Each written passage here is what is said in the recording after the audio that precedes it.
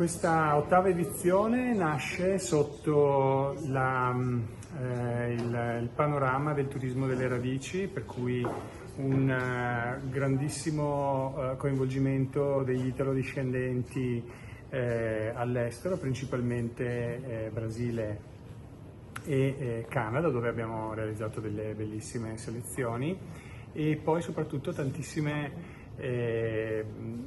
concorrenti che vengono da diverse parti del mondo. Per noi è importante non solo per promuovere quello che è il dolce più amato e conosciuto a livello mondiale, ma di origine trevigiana e quindi veneta, che è stato inserito recentemente anche all'interno dei prodotti agroalimentari tradizionali, e quindi questo ci porta a essere la terza regione in termini numerici per quanto riguarda il quantitativo di questi prodotti. Dal punto di vista turistico è fondamentale poter gestire questa World Cup all'interno del territorio veneto e nella fattispecie nella città di Treviso, perché il volano turistico che questa competizione comporta ormai è ai massimi livelli. Io sono Mario De Santis e ho partecipato nel 2023 alla Tiramisu World Cup. L'avete già detto voi, è una competizione straordinaria che mi ha dato l'occasione di creare questo tiramisù appunto creativo, composto dagli elementi base del tiramisù, con l'aggiunta di confetture di pere e cotogne, un po' di cannella e delle scaglie di cioccolato fondente. Ed è questo.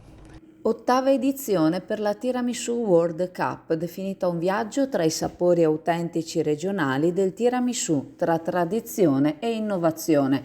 In ogni cucchiaino di questo dolce si conservano le tradizioni venete, tanto che è stato riconosciuto anche dal Ministero delle Politiche Agricole tra i prodotti agroalimentari tradizionali nazionali, simbolo di Treviso e del Veneto. La presentazione dell'evento è stata tenuta dall'assessore regionale all'agricoltura e al turismo Caner e ha partecipato l'ideatore ed organizzatore Francesco Redi di Thyssen.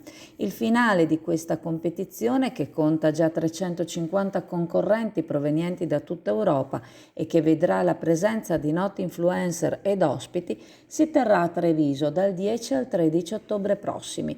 Diventato ormai uno dei dolci più famosi della pasticceria internazionale nel mondo, in questa occasione al suo sapore tradizionale si aggiungerà la fantasia dei partecipanti.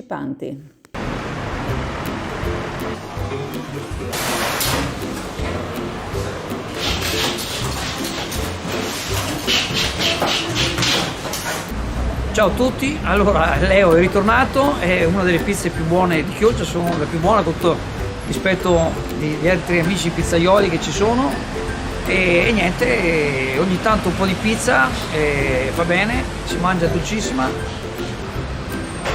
si scioglie in bocca.